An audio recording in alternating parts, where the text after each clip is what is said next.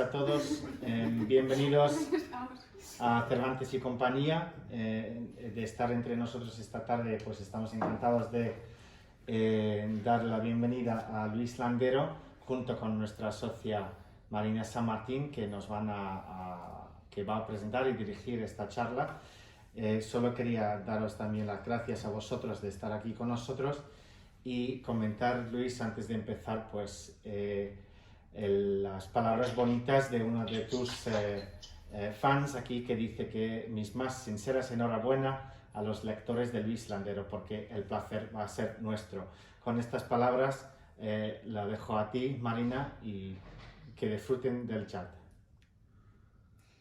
Pues muy buenas tardes a todos, ya lo decía Cris. Luis, buenas tardes. Hola, buenas tardes, María. Muchísimas gracias por estar en Cervantes y compañía, estamos felices.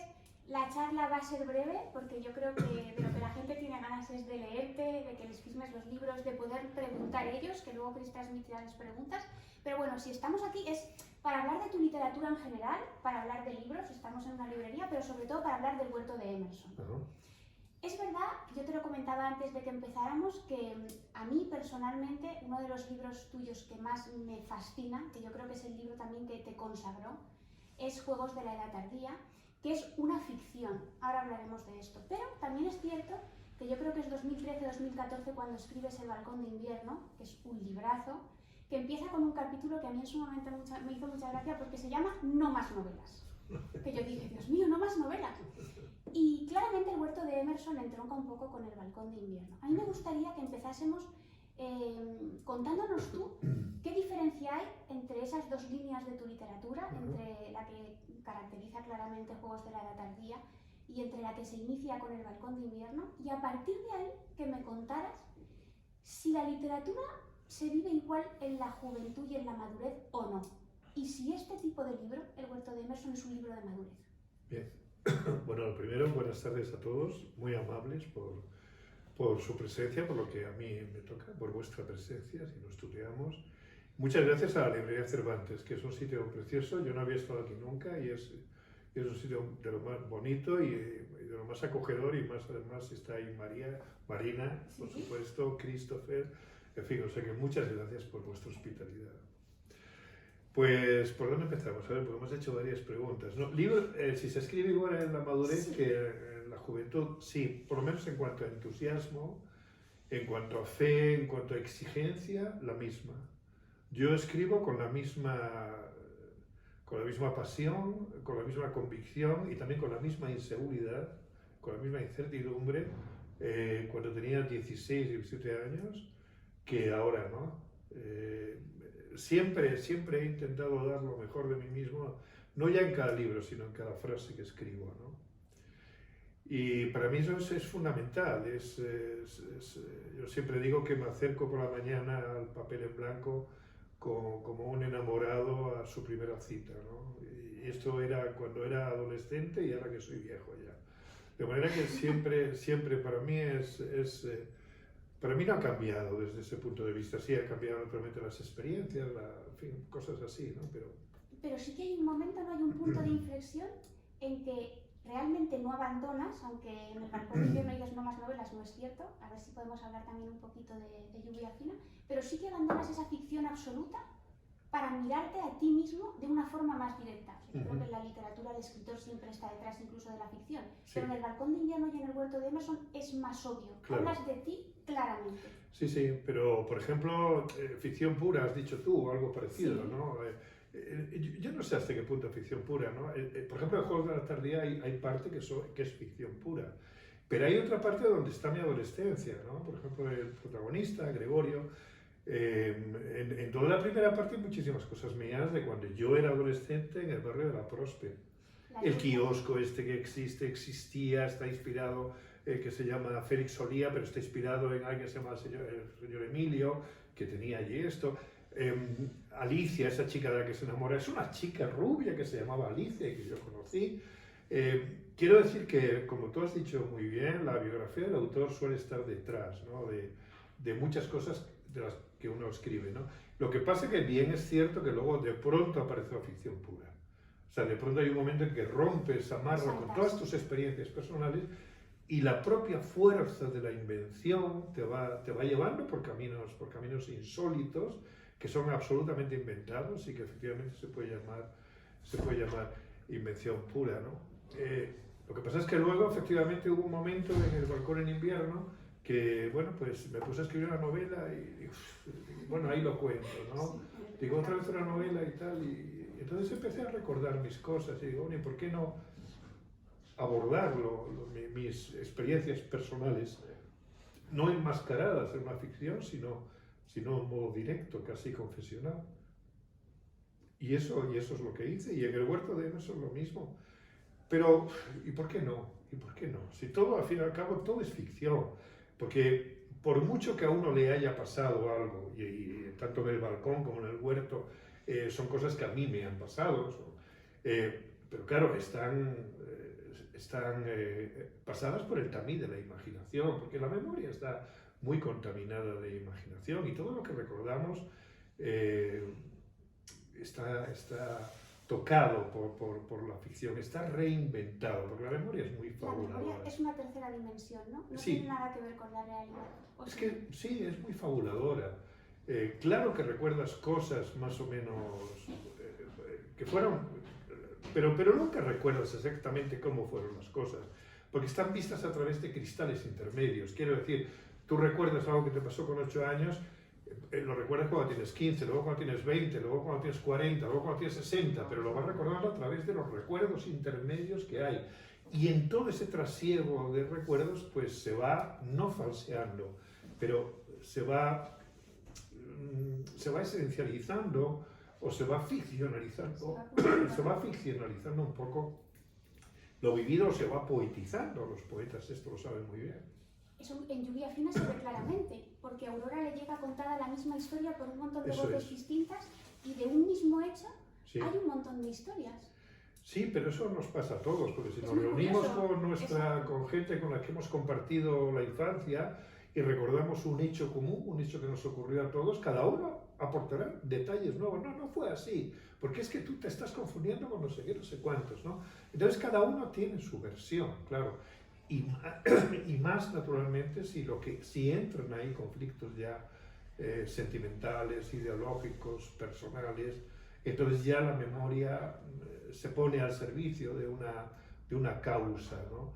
Y a partir de ahí, por ejemplo, cuando alguien ha fracasado y entonces no consigue asumir su fracaso, entendiendo por fracaso el incumplimiento de los sueños, de los proyectos juveniles, entonces cuando uno dice, coño, ya tengo cierta edad, no he conseguido aquello a lo que aspiraba, y entonces se siente fracasado, entonces busca culpables. Y a la hora de buscar culpables va a buscarlos naturalmente al pasado y a veces lo va a buscar dentro de la familia. Entonces efectivamente lo reconstruye y cuenta la feria según la ha ido a él, claro. Esto es así, ¿no? Bueno, Eso yo creo que en Lluvia fina se ve claramente. Además, haces una cosa muy difícil, a mí me lo parece, que es dialogar a varios tiempos distintos. sí. Por eso yo lo aprendí de Vargas Llosa. Es alucinante. Vargas Llosa lo utiliza en La Casa Verde y en Conversación a la Catedral, sobre todo en esas dos novelas. Y yo lo aprendí ahí, digo, que no sé si Vargas Llosa lo aprendió a su vez de alguien, ¿no? Y digo, mira qué curioso, qué recurso tan estupendo. Sí. Pero no lo necesité, porque escribí otro tipo de cosas. Pero ahora a la hora de escribir Lluvia fina, entonces digo, tengo que cruzar diálogos, que se crucen los diálogos entre sí. Y entonces digo, mira qué bien me viene esto, ¿no? Pero sí. Vamos a volver al huerto de Emerson. Hay una cosa que me llamó mucho la atención y es que tú te defines con 3 palabras en las primeras páginas del libro. Una es lector, otra es escritor y otra es profesor. Sí. Como lector, ¿tú crees que leer nos hace mejores? Hombre, claro. ¿Cómo no nos va a hacer mejores, no? Yo creo que leer tiene 2 ventajas fundamentales. Tiene la ventaja de la cigarra, que permite cantar placenteramente, pasarlo bien, y tiene la ventaja de la hormiga, ¿no? Que es que a la vez pues, vas acumulando un poco de sabiduría para los días malos del invierno, ¿no? Entonces tiene la doble ventaja del placer y de la sabiduría. Y si no leyéramos, además, no conoceríamos la dimensión, ¿no? Esa dimensión de la realidad que nos han transmitido nuestros antepasados, ¿no? y es fundamental para conocerlo todo, ¿no? Además, la lectura de las novelas, la literatura en general, es el patio de vecindad de las humanidades, ¿no? Y entonces leyendo eso aprendes filosofía, aprendes historia, aprendes arte, aprendes ciencia, aprendes de todo, ¿no? Y sobre todo aprendes cosas de la vida y aumentas el corazón. Como decía Ortega, leo para aumentar el corazón, o como decía Bioy, leo para añadir un cuarto a la casa de la vida. Yo creo que además quien se acerque al huerto de Emerson va a encontrar también un montón de puntos de fuga, de pies para saltar a otras novelas, porque tú los salpicas de todos esos autores que han sido fundamentales para ti, Sí. recurres a ellos, se te ve como lector. Sí, no, es que yo he disfrutado muchísimo como lector.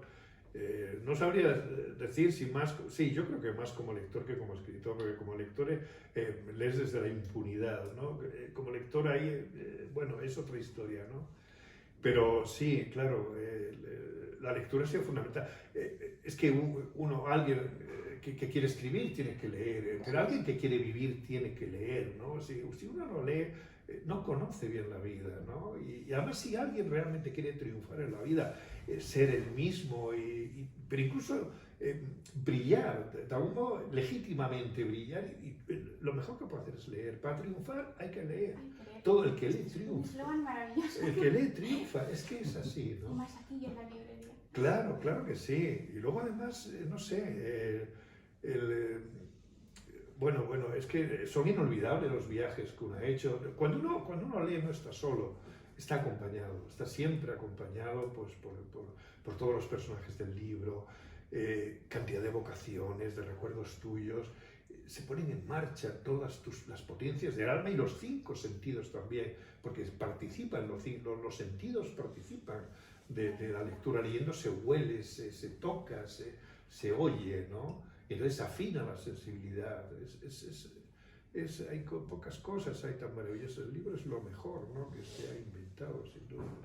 Como escritor, hay una cosa que me gusta mucho en el libro y que me ha hecho reflexionar acerca de lo que es la literatura y lo que es el arte en general, porque tú hablas mucho del proceso de creación, luego hablaremos de tu faceta de profesor, pero me has hecho pensar que el arte muchas veces no tanto es creación como descubrimiento, ¿no?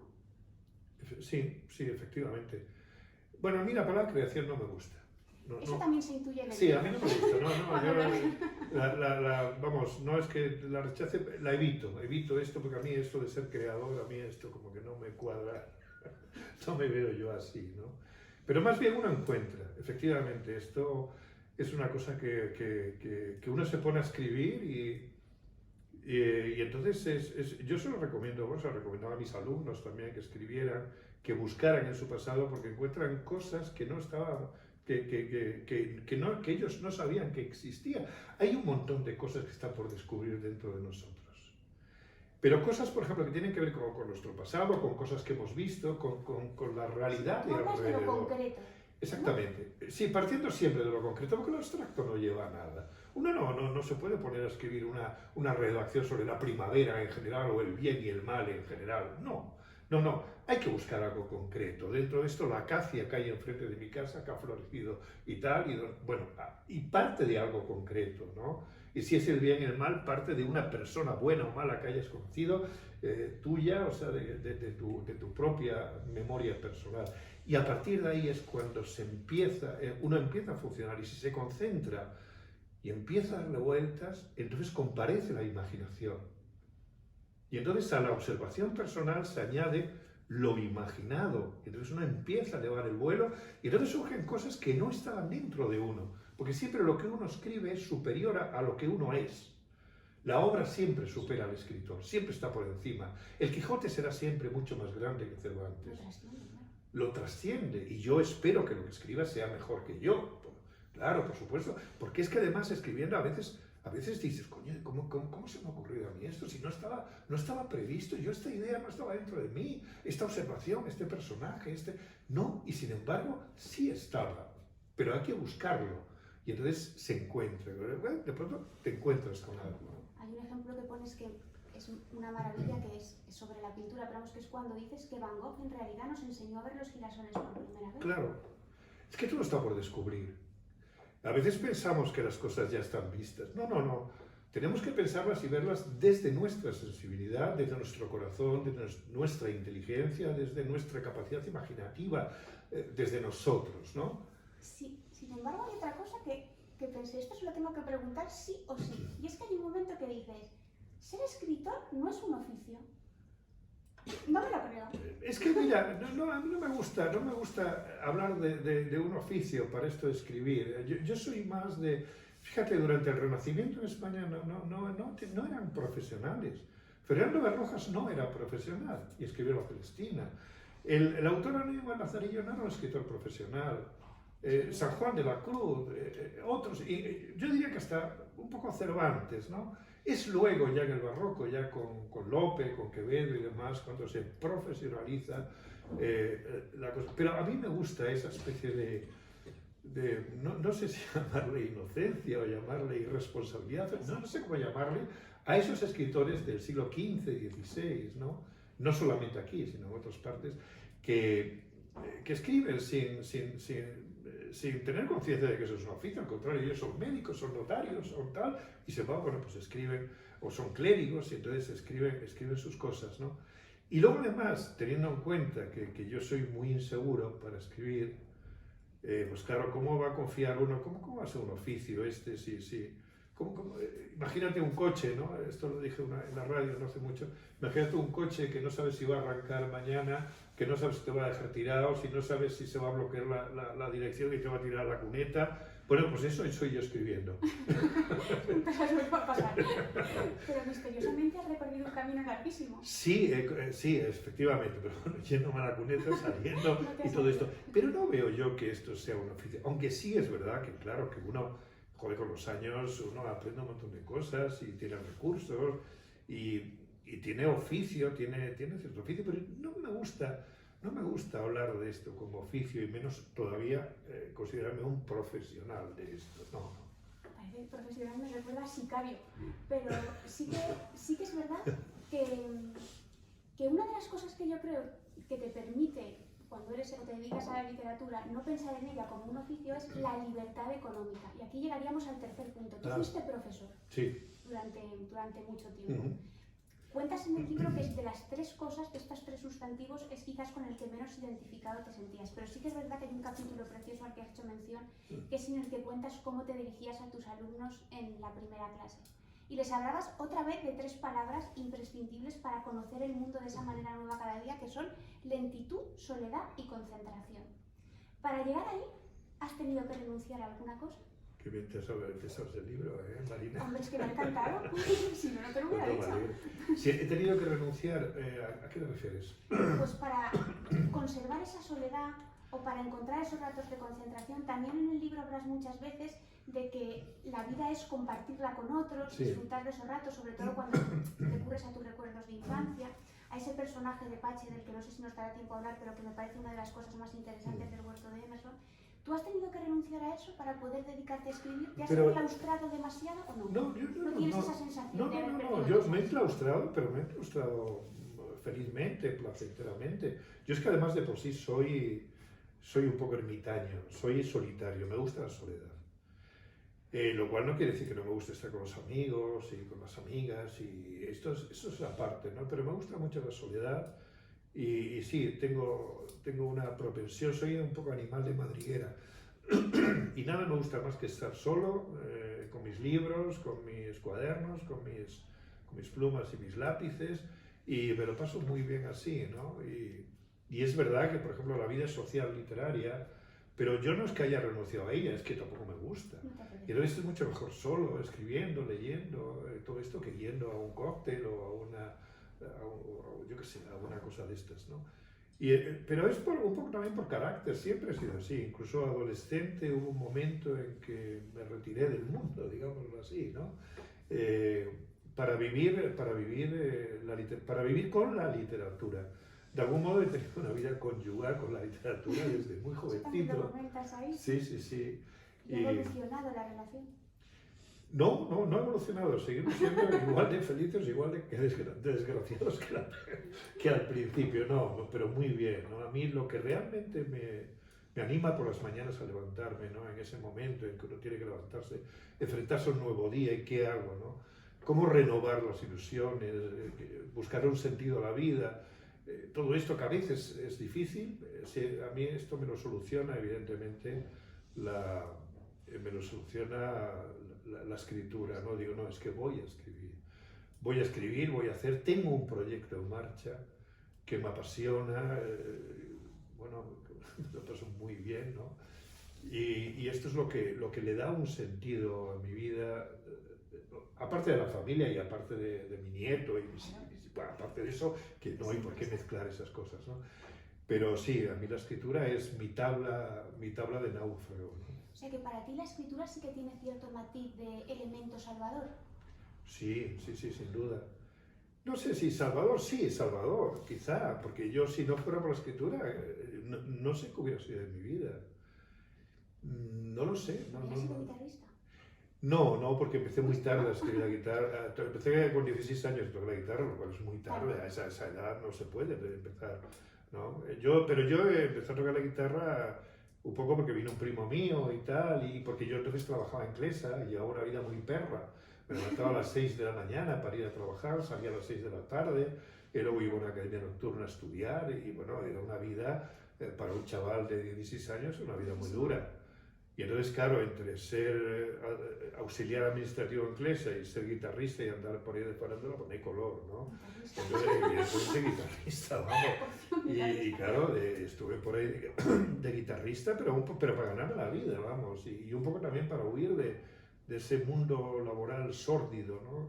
Que se cernía sobre mí. A mí siempre me ha horrorizado desde niño aquello de que me tenía que ganar la vida.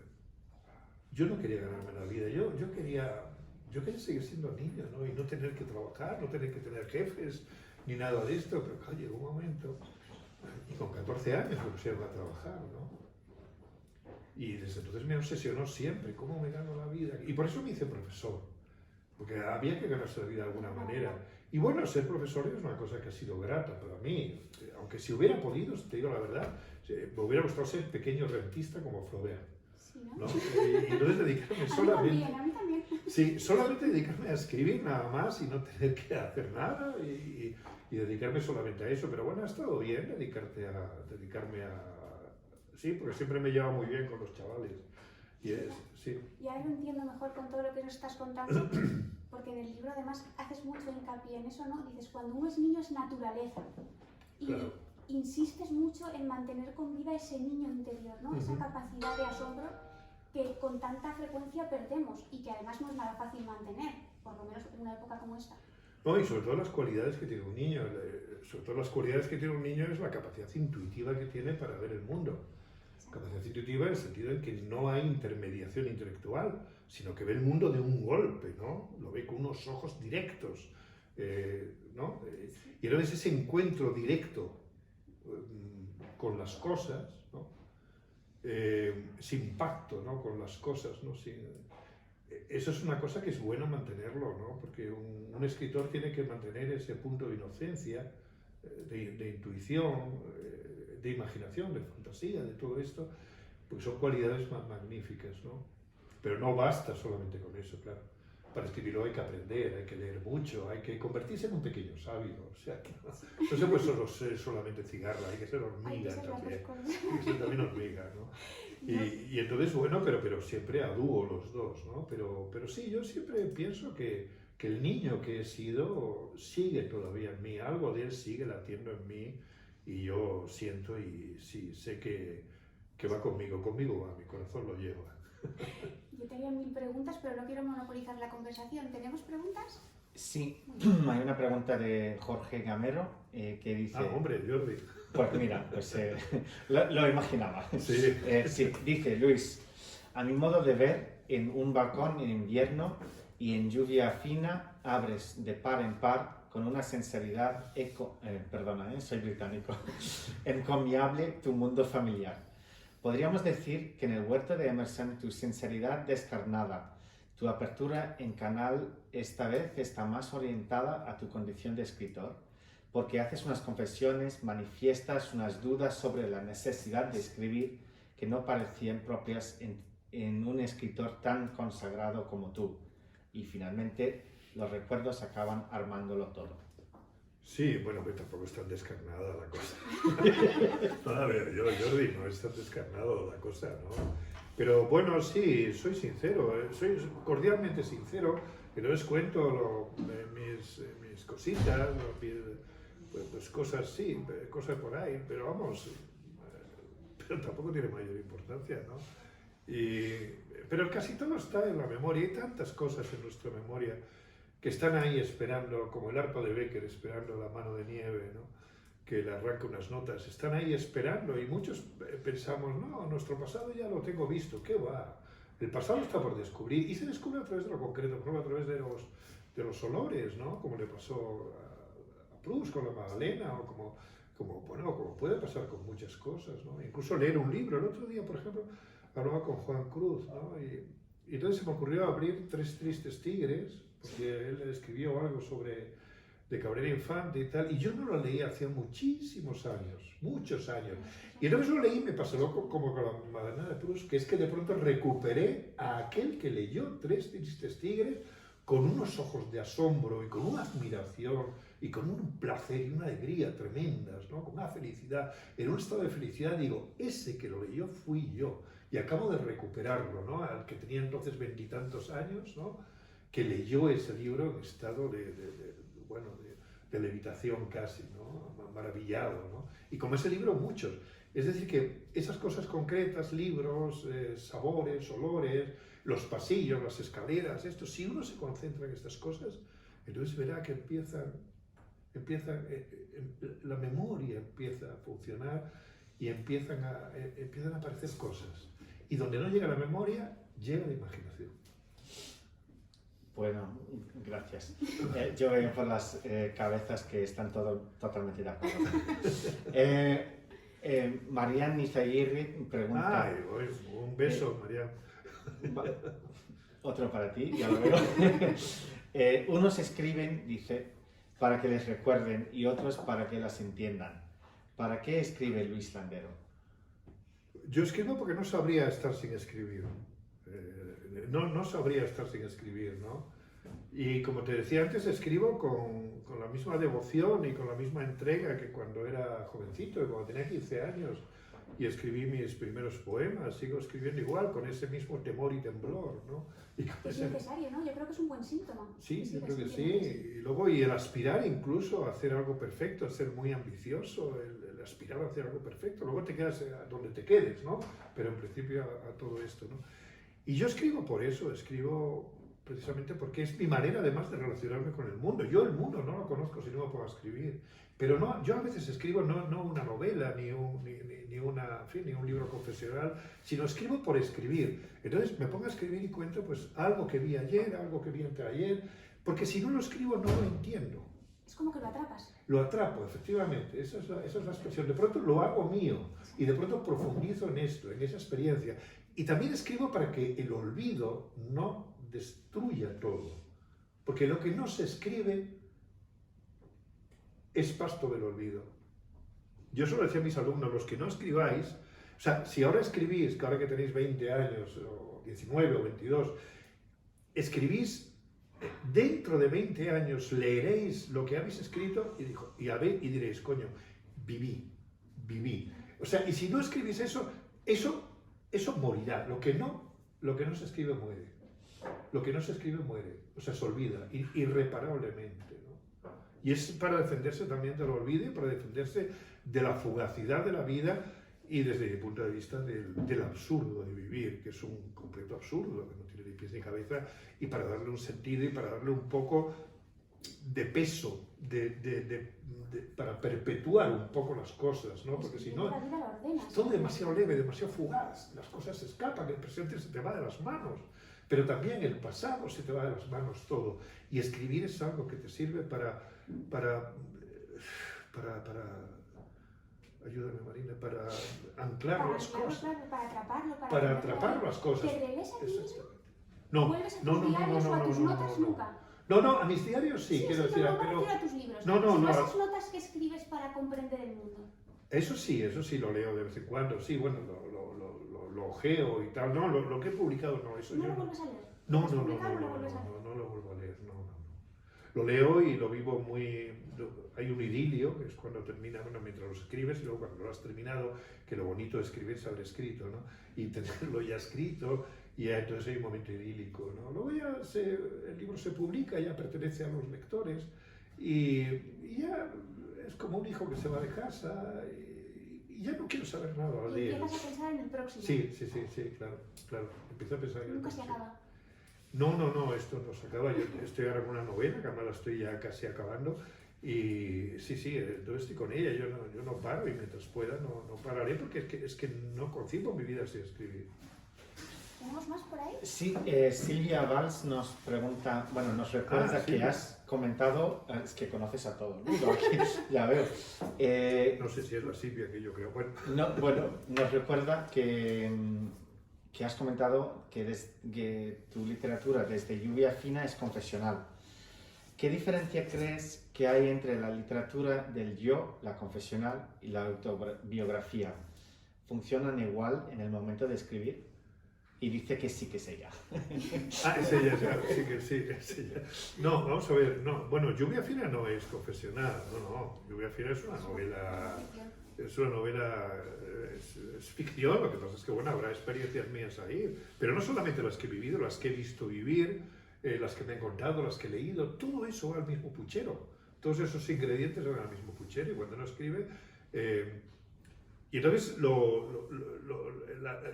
más o menos, un libro como Lluvia Fina, por ejemplo, que puede tener elementos autobiográficos, no es solamente lo que has vivido, sino lo que has visto vivir, como decía antes, es lo que te han contado, lo que has imaginado, lo que has soñado, todo esto, ¿no? O sea, es mucho más amplio. En tanto que un libro como, por ejemplo, El huerto de Emerson o El balcón en invierno son cosas tuyas, o de tu familia, de tus seres más cercanos, ¿no? Y entonces tiene esa cosa de que confiesas algo donde hay un pacto, donde no puedes mentir, hay un pacto con el lector y primero contigo mismo. No puedes mentir, lo que cuentas es eso, o sea, es lo que ocurrió. Intentas ser lo más fiel posible a la realidad. Sin duda, lo más fiel posible. Y luego es verdad que puedes, efectivamente, inevitablemente se estiliza imaginariamente, pero no es que lo estilices tú, sino que lo estiliza la imaginación y luego lo literaturizas, pero no en el sentido de falsear ni mucho menos.